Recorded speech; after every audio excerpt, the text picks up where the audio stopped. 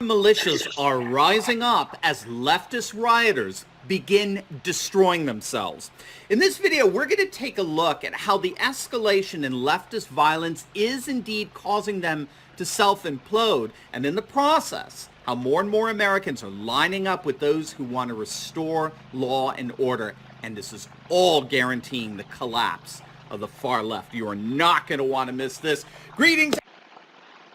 All right, this one's Steve Terry.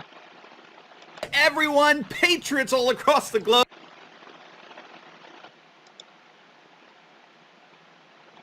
And encouraged by the Democrats that have collectively ruined our nation's cities. They've collectively reduced our cities to rat-infested hellholes, demon rats.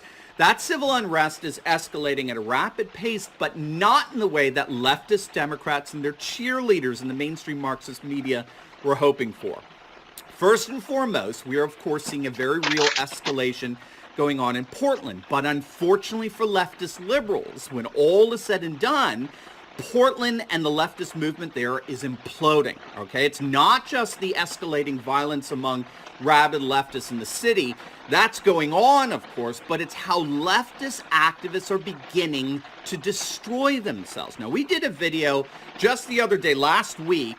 The ultra-left Portland mayor, Ted Wheeler, was utterly and completely humiliated a couple of nights back. Remember this? As he tried to appease and pander to the far-left activists in his crumbling and imploding city.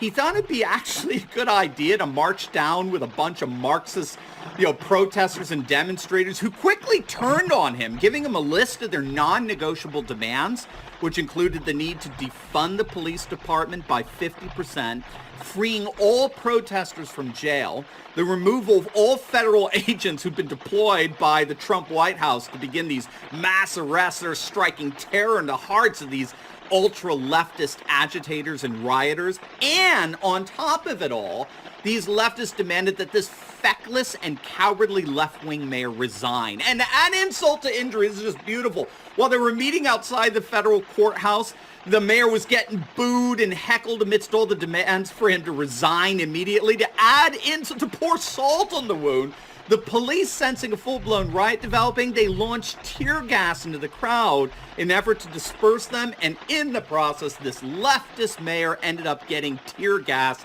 himself, right? Poetic justice. So you have this complete and total failure of the leftist establishment in Portland.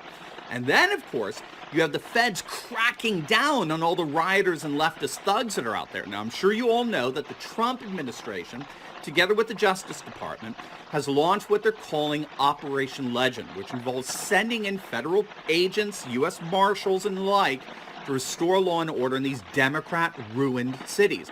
And by restoring law and order, they, of course, mean locking up hundreds, if not thousands, of these rioters and looters for indefinite periods of time.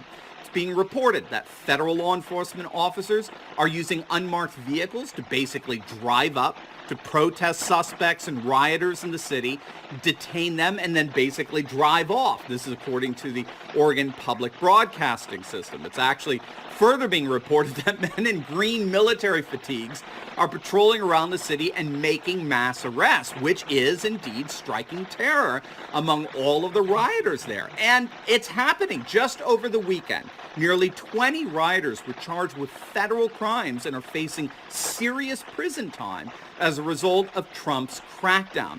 In addition, the Department of Justice recently announced the arrest of 7 people associated with the terrorist-designated Antifa, who now face federal charges for their roles in orchestrated riots at the main courthouse in Portland. If you're not aware of what was going on, basically protesters in Portland outside the courthouse, they began launching fireworks directed at police officers as well as the courthouse building. And officers moved in to disperse the crowd. A number of the rioters began throwing bricks and firework mortars at them. So the whole thing just descended into the typical violence and disorder and chaos that we've been treated to from our nation's Democrat-ruined cities. And Portland, of course, is no exception to this. And so among the numerous arrests that have been made, officially 7 known Antifa members have now been charged with federal crimes. And it's now being night after clearing out rioters from Lonsdale Square Park there in Portland, police discovered a bag of rifle ammunition and Molotov cocktails, and this after they responded to reports of gunfire at the same park. Now, of course, this cannot be true because our left-wing activists disguised as journalists over at CNN and MSNBC keep telling us that these are just peaceful protests. Right? These are peaceful. They're only concerned about racial equality and social justice. So, this ammunition has to be pure propaganda pushed by the authoritarian Trump administration, doesn't it? We are certainly getting our share of propaganda, but it's not from the police departments or the feds in Portland or for the Trump administration. That's for sure. Now, while all of this going on, in Louisville, Kentucky, we had a rather tense standoff between two opposing militia groups. Now, this is interesting. You have a black nationalist militia known as NFAC, not Effin' Around Coalition. It's creative, I'll give them that, all right? The Not Effin' Around Coalition, the NFAC. They came into Louisville in order to demand justice for Breonna Taylor, who was shot and killed by Louisville police officers while investigating her apartment. In part because of a drug bust. Her boyfriend started firing at police officers. She was killed in the shootout. So this NFAC, this black nationalist militia, about 200 of them came to Louisville to protest. And they were greeted by another militia known as the 3%er militia, okay, which is a huge national militia organization. They came out to counter the NFAC and help the police. So obviously police were very concerned that both militias showing up could end up in a very real, Civil War situation here.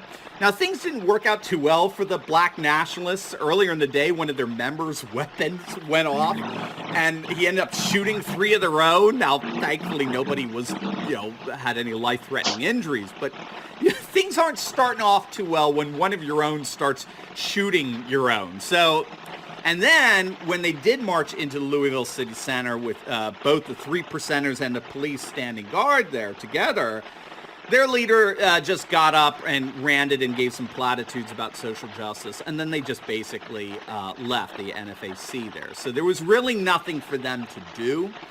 But what is really important here to get is that we may have just seen the beginnings of what a second Civil War may end up looking like were it to happen. Now, we've talked about this before, but I found the assessment by a counterinsurgency expert to be very interesting. And I think he provides the best analogy for what a civil war could look like here. And I think we just saw some corroboration of this over the weekend.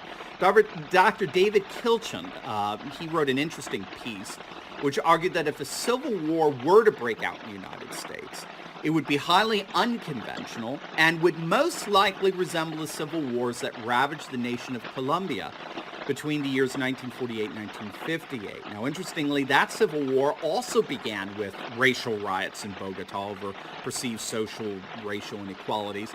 Also of interest is that those riots and the violence and the destruction that characterized them were indeed exploited by their political parties, the Colombia Liberal Party and the Conservative Party, both of which mobilized their rural supporters to attack each other's communities. So the police, interestingly, took sides with the conservatives to take over areas where predominantly leftist anti-police sentiments reigned, which here in the United States would mean where exurbs and suburbs come in contact with one another. And what we would then be seeing is armed gangs basically taking over our cities, while armed militias would be taking over our exurbs. And the two would be fighting for control over our suburbs as a buffer zone. Interestingly enough, that's exactly what Tucker Carlson was predicting over the weekend, that these leftist mobs aren't going to be satisfied with just knocking down statues in cities. Eventually, they're going to be coming for suburbia, and they're going to end up torching suburban homes and the like. And that's when you're going to see the 500 plus armed militias that are currently guarding our exurbs. That's when I think you're going to see them teaming up with police and taking on these leftist urban mobs. And I think that's akin more or less to what happened in Colombia, and it's the most likely scenario for how a civil war would play out in the United States were that to happen. So, of course, we'll be keeping our eyes on how things develop here, but make no mistake, While tensions in our nation are at an all-time high, leftists across the nation look like they're poised to fail and fail gigantically across the nation. The nation is not galvanizing around these feckless left-wing mayors and governors who've demonstrated that they will not protect us. No matter your color, by the way, no matter who you are, left-wing mayors and governors have sided with the lawless rioters. And so it's no coincidence that more and more people are beginning to side with those who have promised to protect and serve and restore law and order. That's the major mistake the left and their mainstream media allies have made. And it is appearing to be a truly fatal mistake on their part. All right, there you are. There you have it. So, we'll see how all this plays out before fall. I don't know how much more this is going to take over years, but people are choosing their sides. See how this plays out. May God be with us, and may we yet preserve a nation. In Jesus Christ's name, amen. Get active, be smart. There's too much going on to stick your head in a bucket or in the sand. Not going to help you. Good day.